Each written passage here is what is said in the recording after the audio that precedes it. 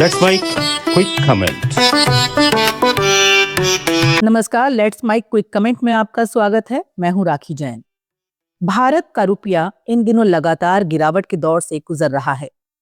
Dollar के मुकाबले 84 के पार पहुंच चुकी कीमत ने अब तक हर वर्ग की चिंता बढ़ा दी है।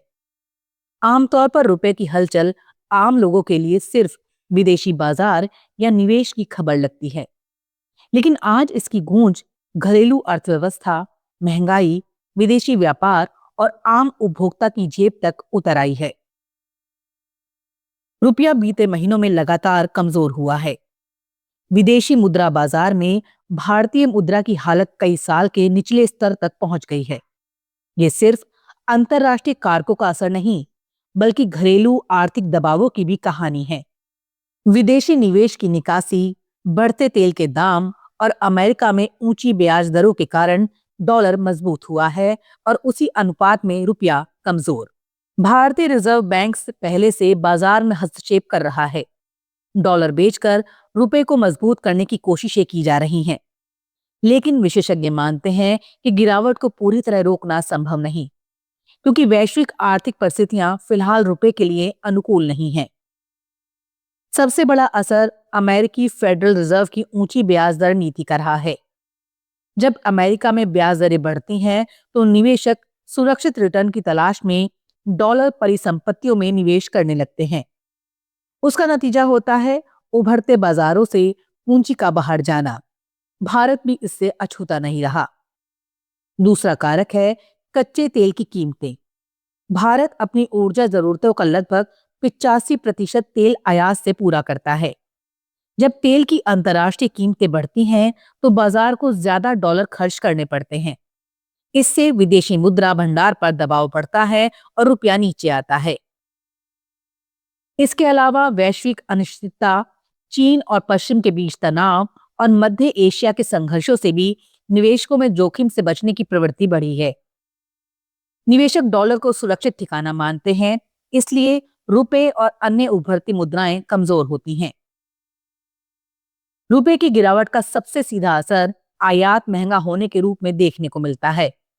पेट्रोल, डीजल, कच्चा तेल, इलेक्ट्रॉनिक सामान, औद्योगिक उपकरण, इन सब की कीमतों में बढ़ोतरी होती है।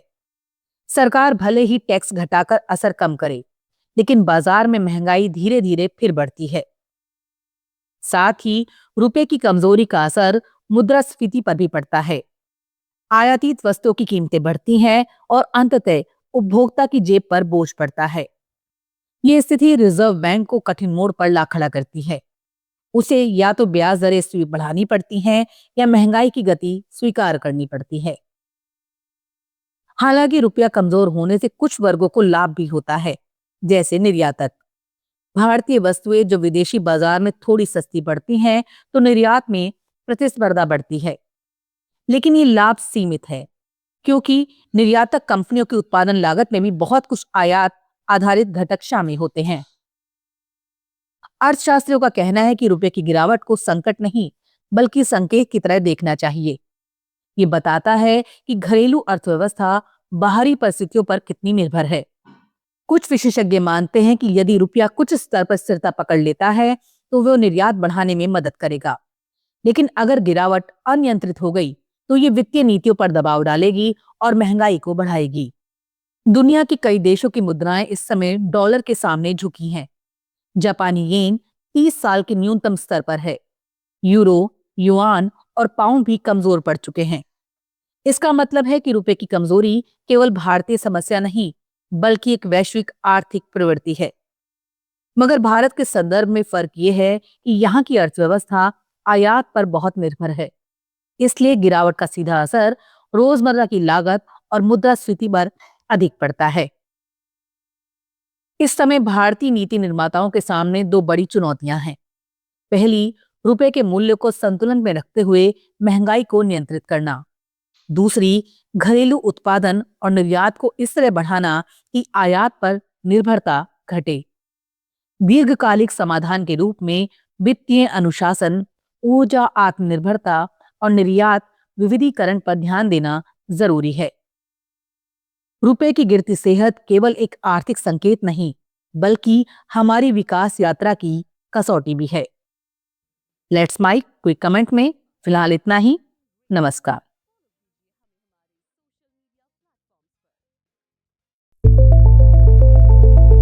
It's time for news. It's time for more than radio. Presenting the first radio news app, Let's Mike.